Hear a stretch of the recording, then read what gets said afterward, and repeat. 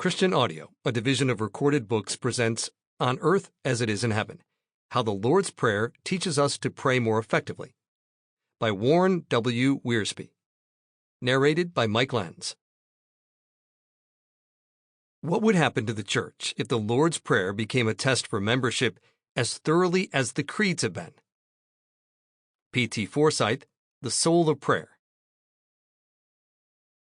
Preface. We should always begin with the basics, the fundamentals.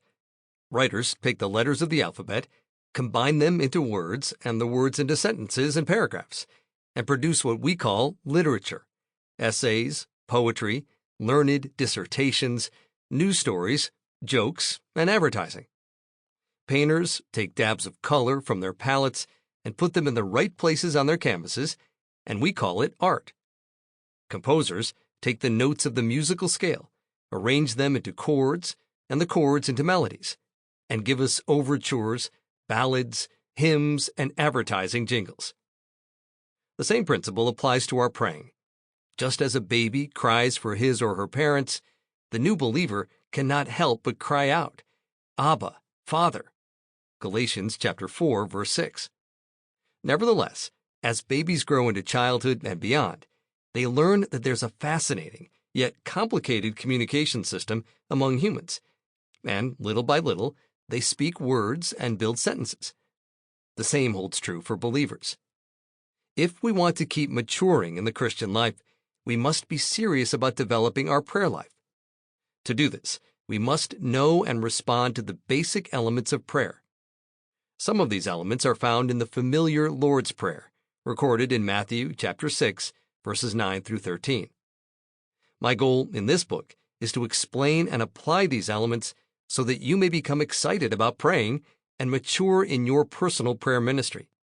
Martin Luther said that the ancients ably defined prayer as ascensus mentis ad Deum, a climbing up of the heart unto God. I trust that the Lord will use this book to encourage you to climb higher spiritually and experience a more satisfying and effective prayer life.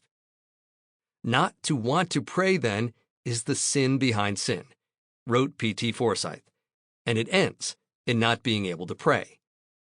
What a tragic judgment. Measuring a miracle. Prayer is a miracle, and the sooner you realize this fact, the sooner prayer ceases to be a dull routine or a religious burden. It becomes an exciting adventure that molds your life and the lives of those for whom you pray. If prayer is a neglected or ignored discipline in your life, then it's time you attempted to measure this miracle and discover what you are missing. Question: what is God looking for in today's world? Answer: He is looking for the same things He's been looking for from the beginning of salvation history. He is seeking the lost. Luke chapter 19, verse 10.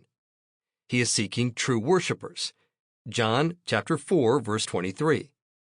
He is seeking spiritual fruit. Luke chapter 13, verse 7. John chapter 15, verses 1 through 8. He is seeking people to stand in the gap. Ezekiel chapter 22, verse 30. He is seeking intercessors. Isaiah chapter 59, verse 16. 700 years before Jesus was born, Isaiah wrote that the Lord was astonished that there was no one to intercede. What must God think today when He sees how few people set aside time for intercessory prayer? Or when He listens to a worship service, what does He think when He hears prayers for the offering and the sermon, but not for the needs of the church family, the leaders of the nation, or the missionaries the church helps to support? Is God astonished? Are we astonished and convicted because of this neglect of prayer in our homes and churches? After all, the members of the early church devoted themselves to prayer. Acts chapter 2, verse 42. And their spiritual leaders focused their ministries on the Word of God and prayer. Acts chapter 6, verse 4. Prayer isn't an option. It's an obligation and an opportunity for us to glorify God's name and receive His blessing. It's also an opportunity to participate in miracles. A pastor. Sample complete. Ready to continue?